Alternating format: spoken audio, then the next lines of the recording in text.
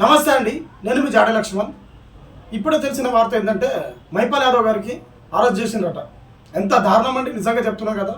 కొట్లాడి తెచ్చుకున్న తెలంగాణలో ఈ అరెస్టులు ఏందన్నా, గత వారం రోజుల నుంచి డిఎస్సి పోస్ట్పోన్ చేయండి అని విద్యార్థులు పాపం ధర్నాలు చేస్తే వాళ్ళకు అరెస్టులు, దారుణంగా ఏమైనా ప్రశ్నించే గొంతులు వాళ్ళకు అరెస్టులు, జర్నలిస్ట్ కూడా ఏమన్నా అంటే వాళ్ళకు కూడా తీసుకెళ్తున్నారు. ఎంత దారుణం అండి ఇది. మనం ఎక్కడున్నాం? ఆ టెర్రరిస్టులు గారు వాళ్ళు మనుషులే. రేవంత్ రెడ్డి అన్న కొంచెం సోయి తెచ్చుకో, సీఎం గారు కొంచెం సోయి తెచ్చుకోండి. ఏంది ఇది? ఏం జరుగుతున్నది? అసలు నిన్ను గెలిపించడానికి ఎంత ప్రయత్నం చేసినామో తెలుసా? ఊరూరా పోయి ఈరోజు ప్రశ్నించే గొంతులు అందరూ ఇది చేస్తే నువ్వేం చేస్తున్నావు అన్నా? ఈరోజు మైపాల్ యాదవ్ గారు డప్పు పట్టుకొని ఊరూరా కేసీఆర్ని ఓడగొట్టిండి అమ్మా అని కాలు మొక్కిన ఘనత పాప మైపాల్ యాదవ్ అన్న గారికి తెలుస్తుంది. ఆ బాధ ఏందో ఆయనకు తెలుసు. నువ్వు కనీసం ఒక్కసారి నా తెలంగాణ కోసం పోరాటం చేసినావు, కొట్లాడినా, అరెస్టు లేదన్న ఇది.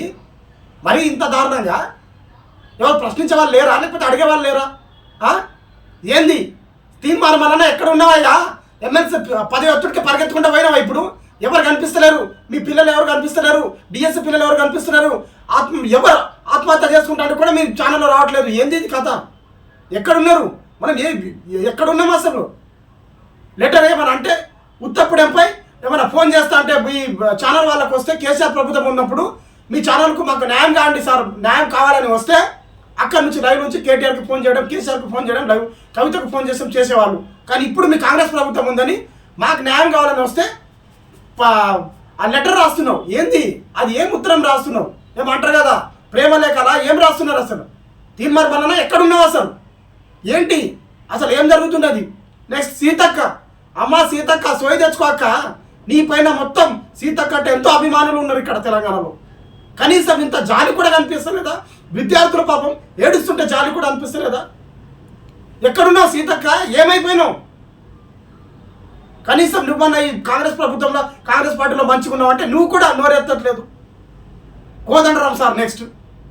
చాలామంది ఇలాంటివి ఉన్నారు అసలు, దొంగలు ఊరు పంచుకున్నట్టు.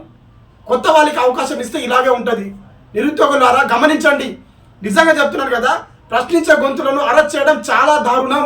ఈరోజు మైపాల్ యాదవ్ గారు అన్నగారు ఈ కేసీఆర్ని దించడానికి ఆయన ఎంత కీలక పాత్ర పోషించిండో అది అందరికీ తెలిసిన విషయమే.